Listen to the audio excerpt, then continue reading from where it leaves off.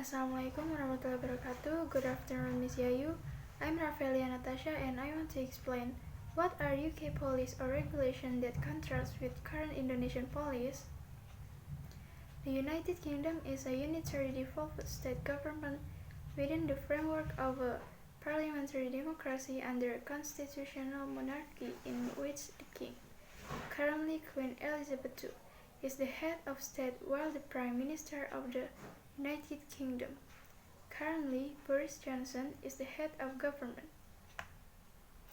Executive power is exercised by the government of England in the name and with the consent of the King, and the delegate government of Scotland, Wales, and Northern Ireland. While coalition and minority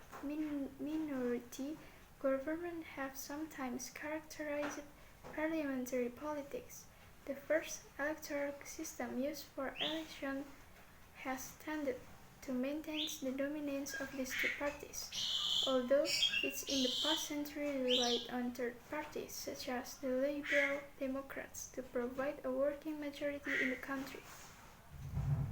Parliament coalition ended after parliamentary election on May 7, 2015, in which the Conservatives won a majority of seats, 330 of the 650 seats in the House of Commons, while their coalition partners lost all but 8 seats. Currently, Scotland, Wales, and Northern Ireland have legislative and executive bodies, respectively, with devolution in Northern Ireland, contingent on participation in certain institutions throughout Ireland. The British government remains responsible for matters not submitted and, in the case of Northern Ireland, cooperates with the governments of the Republic of Ireland. The devolution of executive and legislative powers may have contributed to increased support for independence in parts of the United Kingdom constituency. Scotland's main pro-independence party, the Scottish National Party, became a minority government in 2007 and went on to win the MSP's overall majority in the 2011 Scottish parliamentary election and formed the administration of the current Scottish government. Indonesia and Britain established diplomatic relations in 1949 and have maintained strong relations ever since. Indonesia has an embassy in London, while the UK has an embassy in Jakarta. The UK regards Indonesia as an increasingly important partner globally, is committed to taking bilateral relations to new heights, as well as the humanitarian response to the Indian Ocean tsunami in December 2004, which claimed the lives of 115 Britons. The two countries are the main economic members of the G20.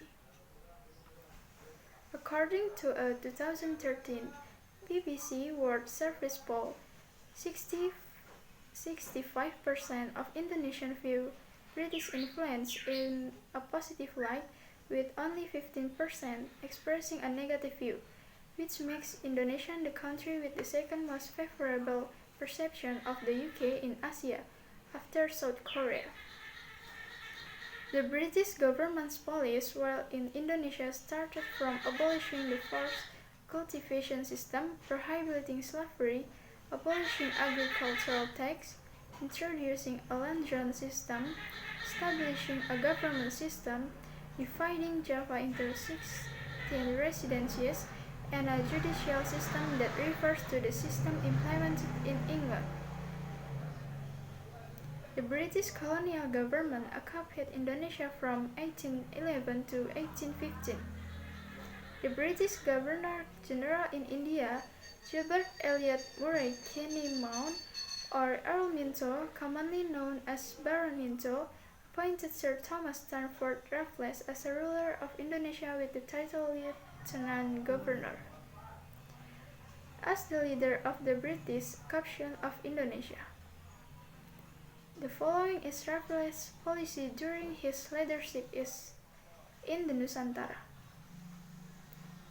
The first, eliminate forced cultivation and prohibit the slave trade.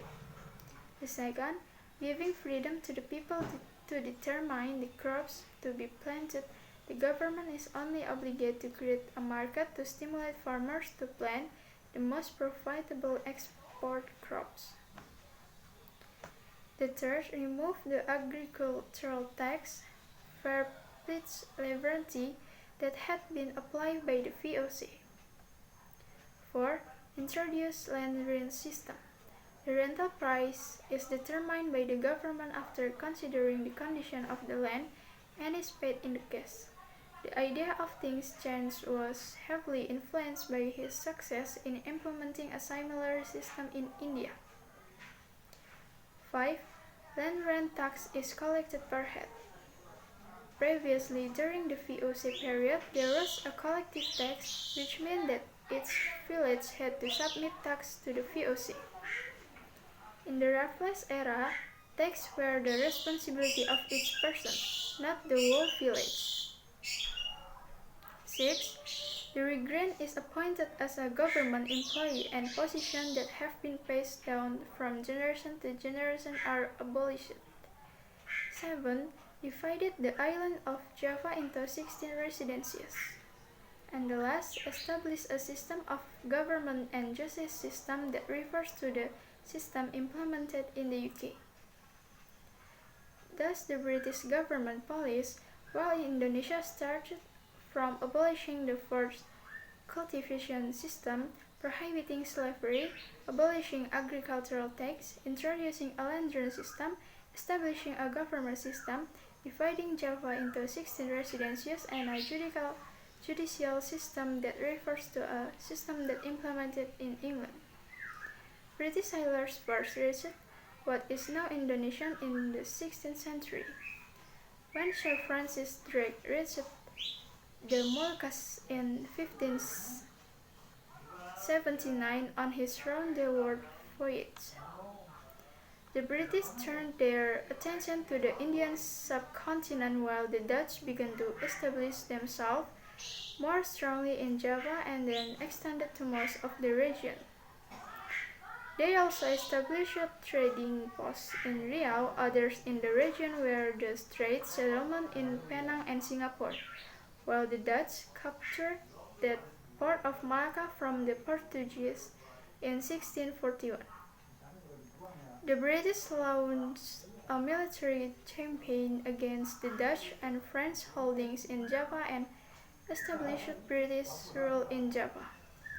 The name Indonesia was first coined in 1850 when George Windsor, Earl, a British ethnologist, proposed the term Indonesia and preferentially Malay for the inhabitation of the Indian Nusantara or the Malay Nusantara. In the name publication, an Earl student, James Richardson Logan, used Indonesia as a synonym for the Indian Nusantara. The British controlled the Malay Peninsula, British Malaya, and North Kalimantan, while the Dutch controlled Java, Sumatra, and most of the Indonesian Nusantara until the Japanese invasion in 1942. After World War II, the British led Allied forces engaged in war with Republican troops and militias Indonesia during the Battle of Surabaya in 1945. Again in 1962, the British Army and the Indonesian Armed Forces were located on undeclared war in North Kalimantan, Sabah, and Sarawak during the Indonesia-Malaysia confrontation. Sukarno's Indonesian government opposed British decolonization initiatives on the formation of Malaysia, the incorporation of the Federation of Malaya, now West Malaysia, Singapore, and the British Crown or protectorate colonies of Sabah and Sarawak, collectively known as British Borneo, now East Malaysia. Britain's assisted the Malaysian armed forces against the Indonesian campaign and operation in North Kalimantan. In 1974, Queen Elizabeth II visited Indonesia, becoming the first British monarch to make an official visit to the country. I think that's all. Thank you for attention. Wassalamualaikum warahmatullahi wabarakatuh.